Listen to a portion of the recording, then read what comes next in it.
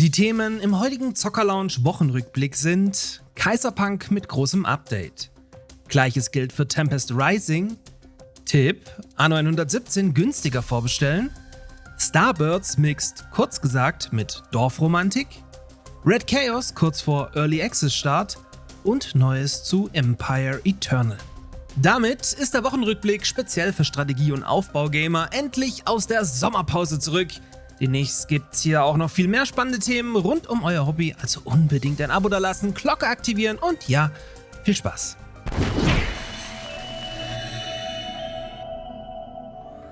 Dieser Wochenrückblick wird euch auch diese Woche von meinem Partner Instant Gaming präsentiert.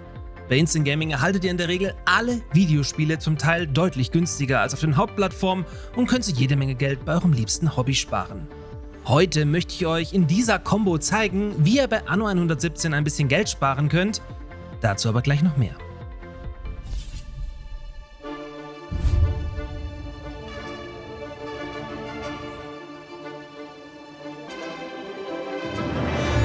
Mit Kaiserpunk ist in Off-Seer Games ein durchaus gutes Aufbauspiel in einem fiktiven 20. Jahrhundert gelungen, in dem ihr im Prinzip ein Anno in einem Weltkriegssetting spielt bzw. baut.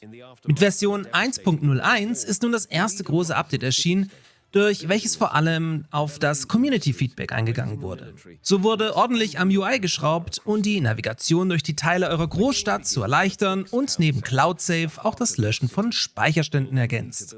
Dazu gibt's ein neues Ressourcenfenster in der Stadtansicht, um einen besseren Überblick über die wichtigen Ressourcen zu behalten. Darüber hinaus lassen sich jetzt einfach mit einem Doppelklick auf ein Gebäude zum nächsten springen. Wer Bock drauf hat, bekommt bis zum 16. September Kaiserpunk auf Steam mit 35% Rabatt. So, are you ready to turn a city into an empire? Kaiserpunk. Build a city to rule the world. Our dynasty has waited long enough. We have gathered our strength. Richtig hart geschuftet wurde auch an Tempest Rising, welche mit dem sogenannten Triple Threat Update alle Ressourcen in den Multiplayer geschmissen haben. So verfügt der C&C-Erbe nun über einen 3 gegen 3 Modus, also für 6 Spieler, welcher auf 2 extra hierfür vergrößerten Karten angegangen werden kann. Spannend ist auch der neue Spectator-Modus, mit dem ihr einem Spieler als Zuschauer beiwohnen könnt. Viel interessanter ist dieser Modus aber für Turniere, denn dadurch können Spiele jetzt live gecastet werden, was diversen Turnieren Tür und Tor öffnen sollte. Neben neuen Spielerfarben gab es übrigens auch für Singleplayer-Spieler ein paar nette Dinge.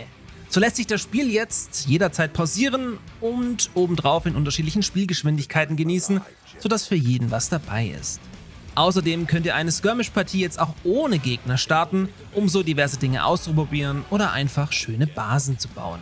Last but not least gab's auch Balance-Anpassungen für die Kampagne.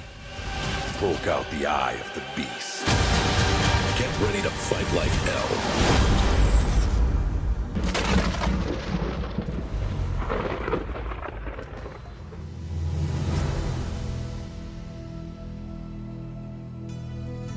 Good morning, governors. I'm Manuel Reinherr, Creative Director, and today I want you to take a moment to look, not at what you've built, but how magnificently it comes to life. Nach tollem Gamescom-Stand und Demo für alle steht dem Release von Anno 117 Pax Romana am 13. November 2025 nichts mehr im Wege. Allen Sparfüchsen möchte ich den Weg über meinen Partner Instant Gaming empfehlen, wo ihr Anno 117 für 46,49 € vorbestellen könnt. Das ist dann mit deutscher Mehrwertsteuer ca. 55 € und somit 5 € weniger als zum Beispiel bei Ubisoft direkt. Mit einem Kauf über meinen Partnerlink unterstützt ihr dabei zusätzlich diesen kleinen Nischenkanal hier sehr.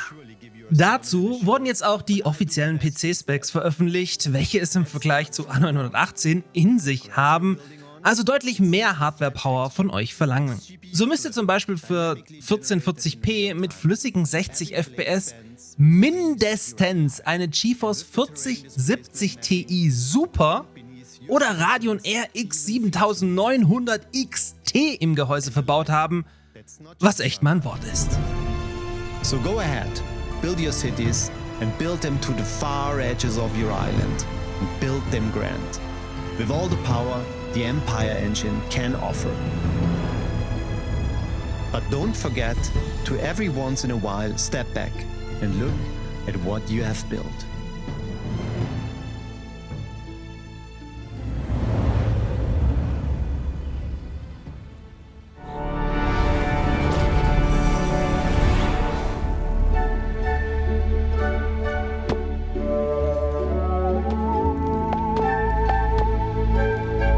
Weiter geht's mit Starbirds, in welchem die Berliner Dorfromantik-Entwickler in Kooperation mit dem deutschen kurz gesagt YouTube-Kanal diese Woche ein Aufbau- und Ressourcenmanagement-Spiel auf Steam veröffentlicht haben.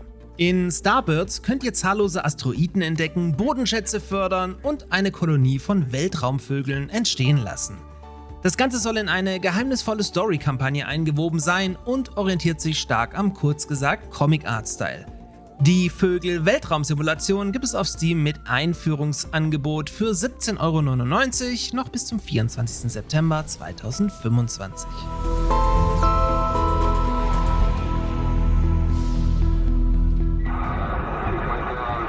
In the year 2027, the world reached the highest state of red alert.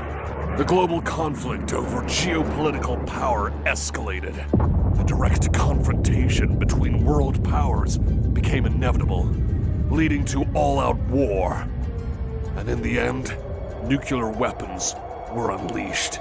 Command & Conquer-Fans kommen aktuell nicht nur mit Tempest Rising auf ihre Kosten, sondern sollten auch das Indie-Projekt Red Chaos, The Strict Order, im Auge behalten, welches am 26. September in den Early Access startet. Das von Square Cut Games entwickelte RTS orientiert sich klar an den klassischen C&C-Teilen und kann aktuell schon via Demo über Steam ausprobiert werden. Pünktlich wurde jetzt auch der Fahrplan für den 12 bis 15 Monate langen Early Access umrissen. So soll das Spiel in den ersten 3 Monaten vor allem balance-technisch nach dem Feedback der Community optimiert werden. Anschließend erhalten beide spielbare Fraktionen jeweils eine Unterfraktion mit anderem Fokus und der Multiplayer neue Maps. Großes Ziel ist aber eine umfassende RTS-Kampagne, in der die Geschichte um die Reste der Welt mit ihren knappen Ressourcen nach dem Dritten Weltkrieg erzählt wird. We will fight and free the land! Red Chaos demo out now. The barrel is red. It makes you dead.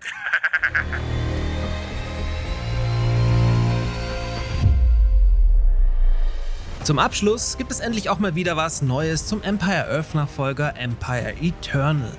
Denn hier konnte Entwickler Epo einen beeindruckenden Meilenstein feiern. Nach vielen Optimierungen schafft das verwendete Grafikgerüst nun über 10.000 Einheiten gleichzeitig auf einer Map zu bewegen. Beeindruckend dabei ist auch, dass dies laut Epo schon von einer GTX 1050 bewerkstelligt werden kann, was somit die moderaten Minimalanforderungen für Empire Eternal darstellen. 5000 gegen 5000 Einheiten Massenschlachten steht also nichts mehr im Weg. Ich meine, nehme ich, her damit. Darüber hinaus gab es noch einen kurzen Einblick zum Thema befestigte Schützengräben aus dem Ersten Weltkrieg, welche dann von Panzern aus späteren Epochen einfach überfahren werden können. Einziger Wermutstropfen ist nur, dass wir bis zum Release hier wohl noch das eine oder andere Jahr warten müssen. Aber gut Ding will Weile und so, ihr wisst schon. In diesem Sinne, Urlaub ist zu Ende, wir starten wieder durch und wenn ihr Bock habt, bis zum nächsten Mal.